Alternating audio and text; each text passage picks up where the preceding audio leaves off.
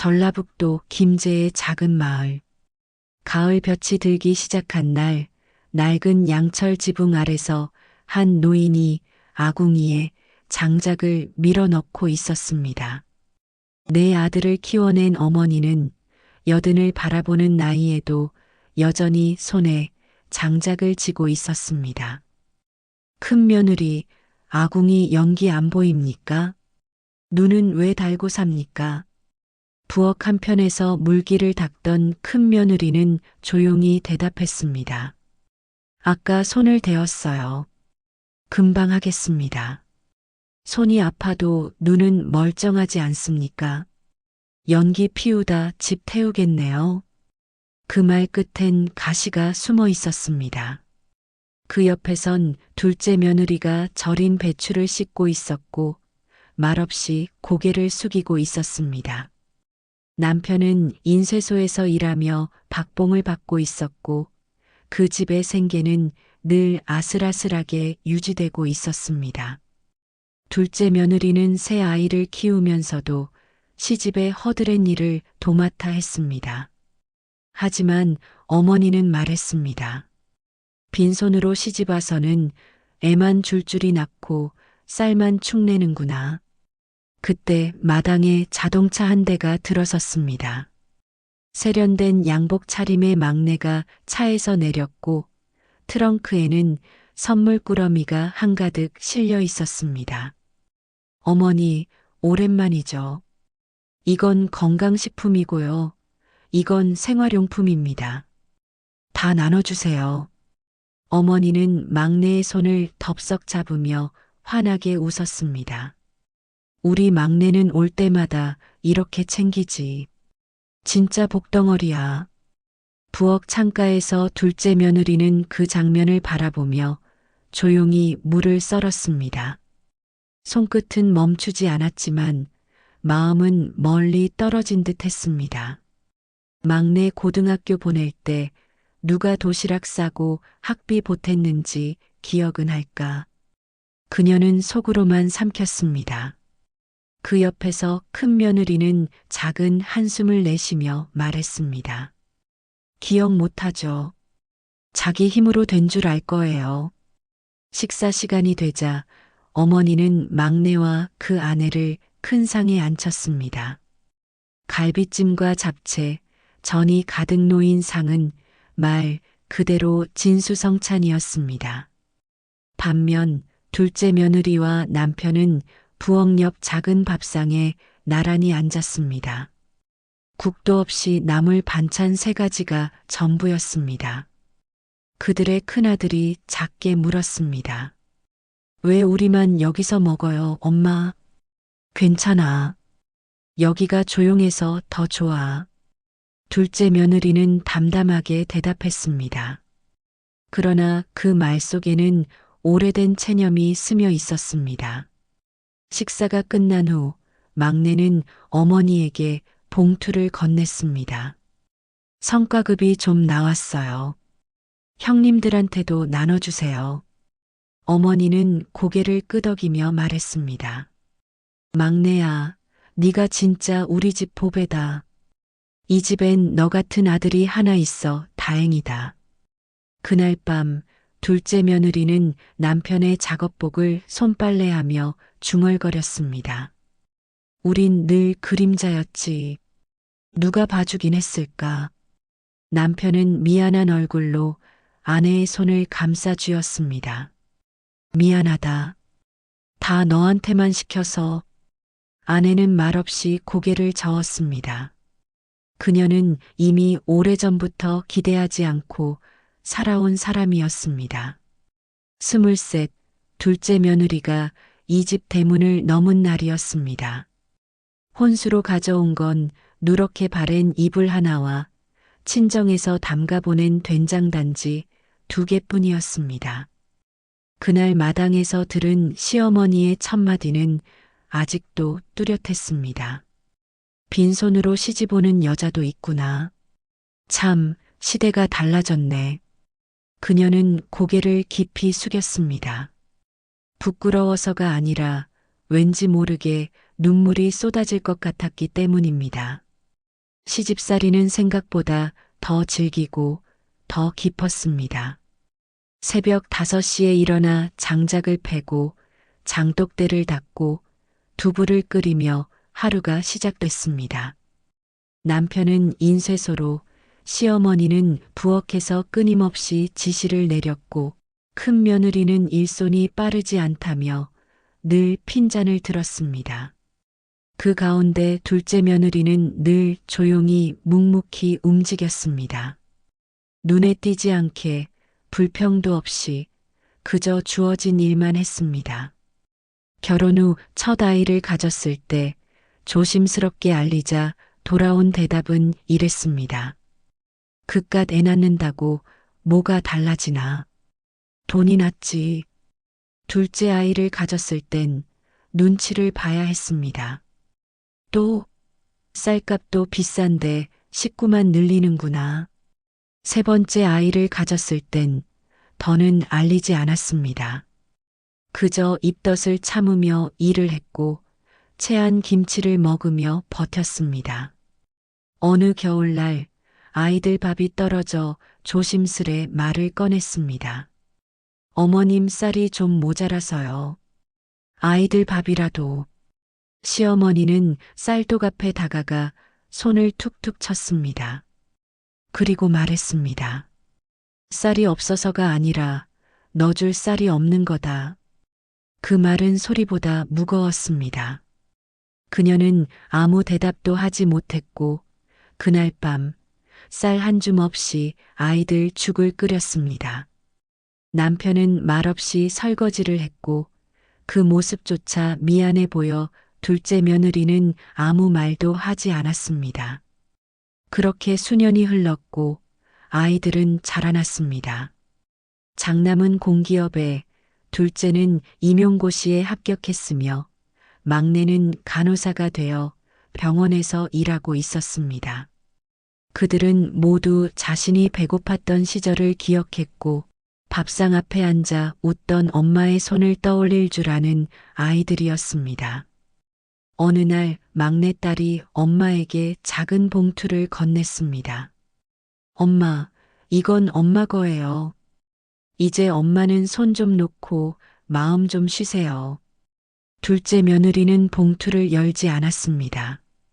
그저 조용히 쌀통 앞에 섰습니다. 그 안엔 아이들이 채워놓은 새 햅쌀이 가득했고 맨 위엔 작은 쪽지가 놓여 있었습니다. 이 쌀은 엄마 겁니다.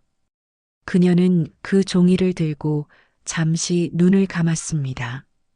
언젠가 얼어붙은 방 안에서 들었던 그 말이 떠올랐습니다. 넣어줄 쌀은 없다. 그때와는 달랐습니다.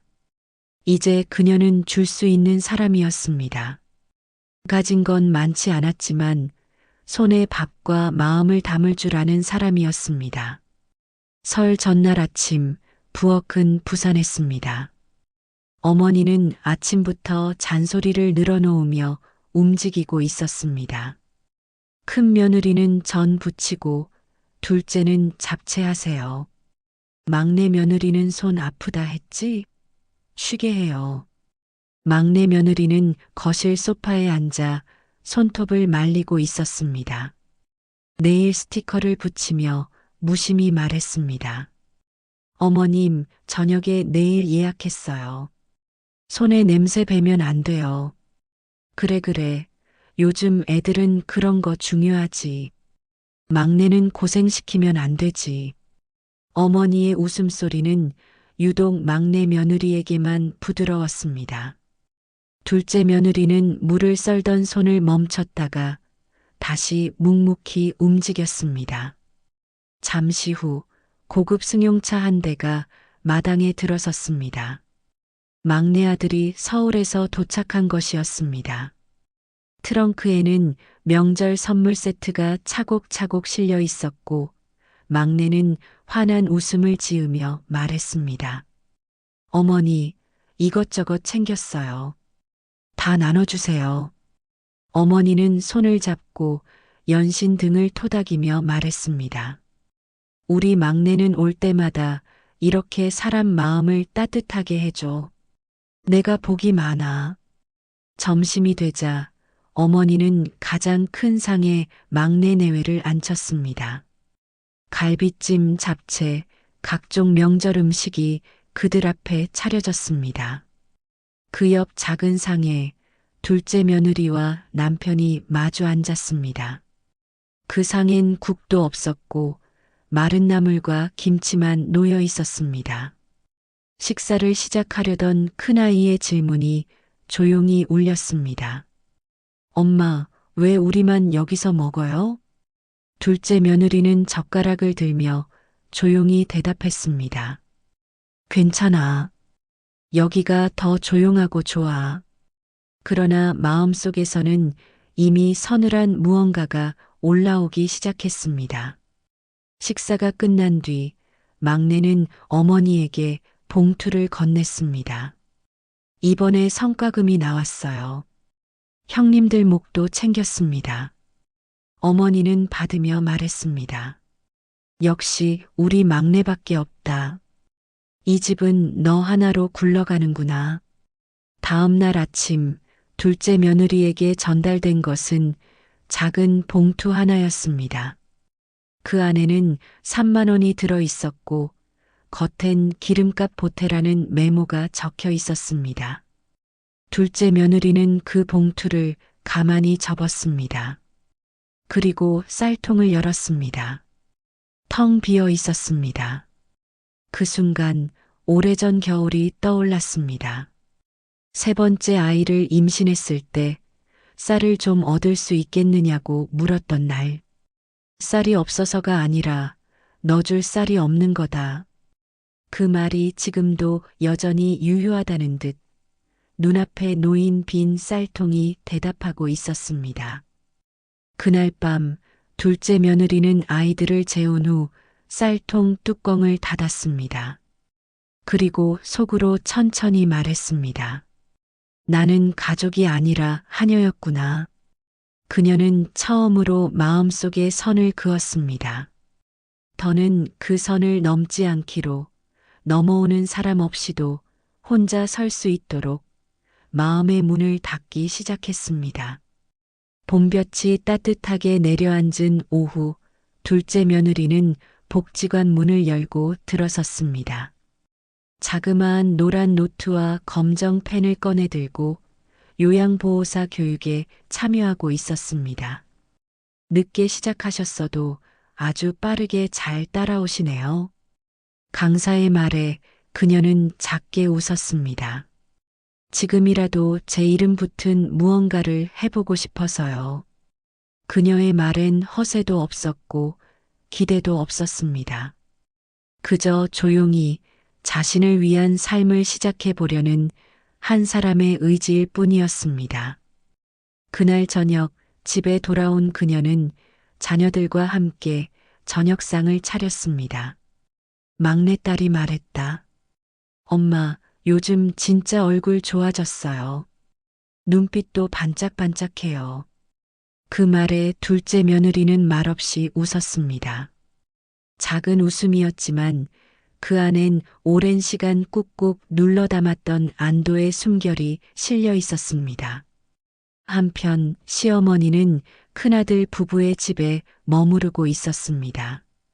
그러나 큰 며느리는 더 이상 예전처럼 어머니를 챙겨주지 않았고 식사도 각자, 병원도 혼자 다녀야 하는 날들이 반복됐습니다. 요즘엔 애들도 바빠서 그런가 내가 뭘 잘못했나? 어머니는 혼잣말을 중얼거리며 막내 아들에게 전화를 걸었습니다. 진철아, 이번 주말엔 집에 좀 들를 수 있겠니? 전화기 너머 막내의 목소리는 바빴습니다. 엄마, 나 이번에 출장 잡혀서 못 내려가요. 선물은 택배로 보낼게요. 그 짧은 통화 뒤 어머니는 한참을 말없이 앉아 있었습니다. 우리 막내만은 다를 줄 알았는데 믿었던 막내마저도 어느새 곁을 떠나는 느낌이 들자 어머니는 엉겁결에 둘째 아들에게 전화를 걸었습니다. 기기에 좀 바꿔줄래?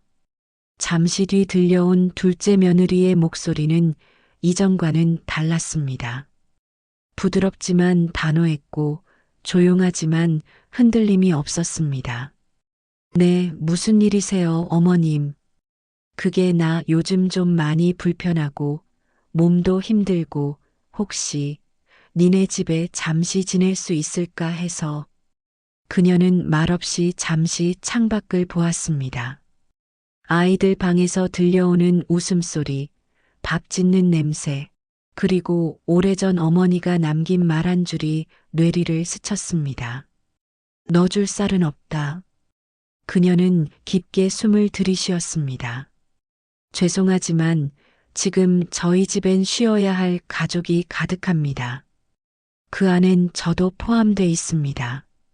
그 말을 끝낸 뒤 전화기 너머로 아무 소리도 들리지 않았습니다. 오래된 침묵만이 그 사이를 채웠습니다. 그녀는 조용히 전화를 내려놓고 다시 밥상을 차리러 갔습니다. 그리고 속으로 단 하나를 되새겼습니다. 나는 이제 나를 놓지 않기로 했습니다. 어머님, 밥은 알아서 챙기시죠. 오늘은 늦게 들어올 거예요. 현관문을 닫는 소리가 무겁게 울렸습니다. 큰 며느리는 언제부턴가 점점 말을 줄였고 표정은 늘 지쳐 있었습니다. 식탁에는 남은 반찬 2가지가 놓여 있었고 밥솥엔 찬밥만 남아 있었습니다. 시어머니는 밥 한 덩이를 덜어 찬물에 말아 조용히 식사를 했습니다. 그 순간 떠올랐던 건 오래전 둘째 며느리가 아무 말 없이 차려주던 국 한 그릇이었습니다. 항상 조용했고 항상 물러섰던 그 모습이 이제는 이상하게 선명해졌습니다. 며칠 뒤 병원 진료를 예약했지만 함께 가줄 사람은 없었습니다. 큰아들은 바쁘다 했고 큰 며느리는 바쁜 일정이라며 미리 나가버렸습니다. 혼자 병원 대기실에 앉아있던 시어머니는 그저 텅 빈 벽을 보며 중얼거렸습니다. 나는 이 많은 자식 중 누구한테 기대야 할까? 그날 밤 전등을 끄고 이불을 덮은 방 안은 유독 추웠습니다. 보일러는 켜져 있었지만 마음은 냉골이었습니다. 문득 막내에게 다시 전화해 볼까 고민하다가 둘째 며느리의 목소리가 떠올랐습니다. 지금 저희 집엔 쉬어야 할 가족이 가득합니다. 그 말이 무겁고 또렷하게 마음속에서 울렸습니다. 그녀는 잠시 눈을 감고 과거를 떠올렸습니다. 명절날 둘째 며느리에게 기름값 보태라며 준 3만 원. 아이 셋을 키우던 손등에 쌀 한 줌을 건네지 않았던 날. 그 모든 순간에 자신이 얼마나 무심했고 또 모질었는지를 깨달았습니다. 다음 날 아침 시어머니는 조심스럽게 봉투 하나를 꺼내었습니다. 안에는 손수건 1장, 두유 몇 개, 그리고 자필로 쓴 편지 한 통이 들어 있었습니다.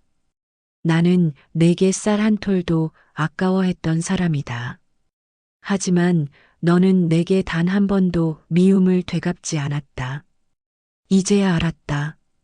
진짜 가족은 마음을 나눈 사람이라는 걸. 그 편지를 들고 그녀는 다시 마음을 정했습니다. 이번만큼은 스스로 걸어가겠다고. 오늘 어머님한테서 또 전화 왔어. 퇴근 후 저녁상을 물리던 남편이 조심스럽게 말을 꺼냈습니다.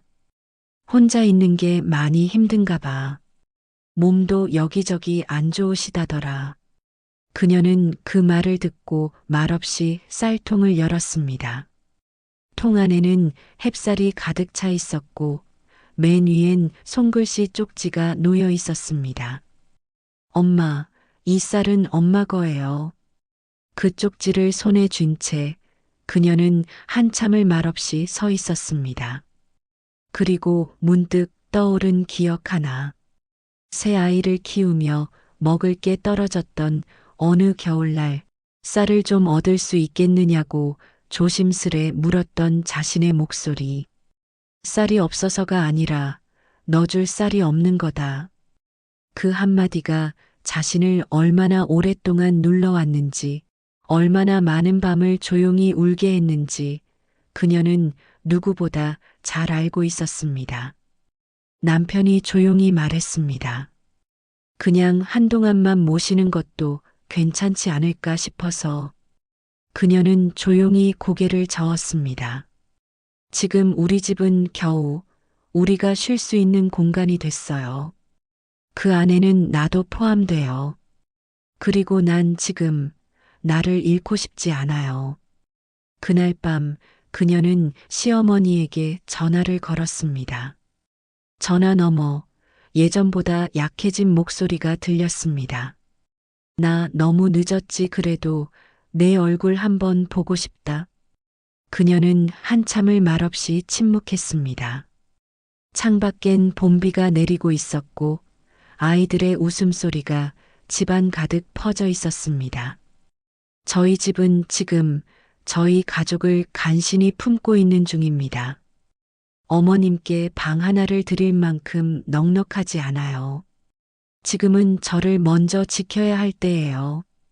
그 말 끝에 시어머니는 한참을 말없이 있었습니다. 하지만 이번엔 억지나 원망이 담기지 않았습니다. 그래, 그렇구나. 알겠다. 그녀는 조용히 전화를 내려놓았습니다. 그리고 부엌으로 걸어가 쌀통을 닫았습니다. 자신의 자리를 지키기 위해 스스로 내린 선택이었습니다. 그날 밤 그녀는 처음으로 마음속에 맑은 공기가 도는 걸 느꼈습니다. 억울함도 슬픔도 아닌 그냥 지켜냈다는 단단한 감정 하나가 그녀를 감쌌습니다. 이른 아침 마을버스에서 낡은 외투를 여민 노년의 여인이 조심스레 내렸습니다. 가슴에 꼭 끌어안은 건 얇은 봉투 하나. 그 안에는 손수건 몇 장, 두유 몇 팩, 그리고 떨리는 손으로 꾹꾹 눌러 쓴 편지 한 통이 들어 있었습니다. 그녀는 계단을 천천히 오르다 말고 숨을 고르며 말했습니다. 이 한 걸음 참 오래 걸렸구나. 초인종을 누르자 문이 열렸고 둘째 아들이 놀란 얼굴로 서 있었습니다. 어머님 웬일이세요? 조금만 얼굴 좀 보자꾸나. 꼭 하고 싶은 말이 있어서. 잠시 후 식탁에 마주 앉은 둘째 며느리는 따뜻한 보리차를 내왔고 그 앞에 시어머니는 봉투를 조심스레 꺼내 놓았습니다. 이건 그냥 내 마음이다. 받아주면 좋겠다. 말없이 봉투를 연 그녀는 한 장의 편지를 천천히 펼쳐 읽었습니다. 쌀 한 톨 아까워했던 나였지만 너는 언제나 말없이 밥을 지었더구나. 내가 가족이라 믿었던 사람들은 멀어졌고 내가 외면했던 내가 지금은 내 마지막 집처럼 느껴진다. 편지를 다 읽고 그녀는 잠시 고개를 들지 않았습니다. 그 침묵 속에서 오래전의 상처들이 다시 떠올랐지만 그 감정은 예전 같지 않았습니다. 어머님 그 말 더 일찍 들었더라면 어땠을까요? 그녀의 목소리는 차분했지만 그 속엔 지친 사람의 숨결이 묻혀 있었습니다. 그땐 제가 울 시간도 없이 살아야 했거든요. 쌀 한 톨을 구걸하는 기분으로 살았고 사람 취급 못 받는 게 당연하다고 생각했어요. 시어머니는 그 말을 듣고 고개를 숙였습니다. 그래서 미안하다. 용서해달라는 말조차 두려워서 그냥 내가 내 마지막 식구였다는 걸 전하고 싶었다. 그녀는 이불을 꺼내 방 한편에 내려주며 말했습니다. 오늘은 여기서 하루 쉬고 가세요. 내일 아침 역까지 모셔다 드릴게요. 그 말에 시어머니는 처음으로 울듯한 목소리로 말했습니다. 그 말, 그 마음 참 오래 기다렸다. 그날 밤, 한 지붕 아래 두 여자는 각자의 방에 누웠습니다. 그 누구도 울지 않았고, 누구도 과거를 캐묻지 않았습니다. 그저 마음 하나가 조심스럽게 건너간 날이었습니다. 그리고 그 마음은 오랜 벽을 넘어단 한 사람의 가슴에 안착했습니다. 아침 햇살이 거실 바닥에 조용히 내려앉았습니다. 작은 상 위엔 두 사람 몫의 밥상이 차려져 있었고, 둘째 며느리는 익숙한 손길로 찻잔을 정리하고 있었습니다. 김치는 남은 거로 담갔어요. 너무 기대하지 마시고요. 시어머니는 그 말을 들으며 작게 고개를 끄덕였습니다. 내가 이 나이 되어서야 이렇게 마음 담긴 밥을 먹게 될 줄은 몰랐네. 그녀는 조심스럽게 젓가락을 들었습니다. 입안에 밥을 넣으며 말했습니다. 이 김치, 내 손맛이 그대로다. 참 따뜻하네. 식사를 마치고 둘은 함께 역으로 향했습니다. 기차를 기다리는 플랫폼에서 시어머니는 주머니에서 손편지를 꺼내 쥐어주었습니다. 이건 꼭 받았으면 좋겠구나. 이젠 더는 나를 위해 살지 않아도 되니 너를 위한 하루가 시작되었으면 해서. 기차가 들어왔고 그녀는 문 앞에서 마지막 인사를 건넸습니다. 몸 조심하세요. 무릎 꼭 찜질하시고요. 시어머니는 눈가를 적시며 고개를 끄덕였습니다. 그래. 고맙다 그 말 오래 기억할게. 기차가 떠나고 역을 나서는 그녀의 발걸음은 가볍지도 무겁지도 않았습니다. 그저 단단했습니다. 며칠 후 집안에는 평온한 일상이 흘렀습니다. 아이들은 학교와 직장을 오가며 웃었고 남편은 아침마다 출근 전밥을 챙겨 먹었습니다. 그녀는 다시 복지관에 나가 사람들을 돌보고 자신을 위한 책을 펼쳤습니다. 가끔 쌀통을 열 때마다 그 안에 채워진 흰쌀을 보며 웃음이 났습니다. 누구도 쌀 한 톨 내어주지 않던 그 시절이 있었고, 이제는 스스로 채우고 나눌 수 있는 사람이 되었습니다. 아들 넷을 둔 시어머니가 결국 돌아온 마음은 단 하나였습니다. 사람은 수가 아니라 마음으로 남는 법입니다. 이야기 잘 들으셨나요? 이 드라마는 누군가의 고된 삶이 아닌 스스로를 지키고자 했던 한 사람의 여정이었습니다. 어머니도 며느리도 결국 가족이란 이름 앞에서 스스로를 돌아봐야 했던 순간들. 아들 넷, 마음 하나는 그 순간마다 조금 늦게 도착한, 그러나 더 깊은 진심을 말합니다. 이야기가 마음에 닿으셨다면 구독과 좋아요 부탁드립니다.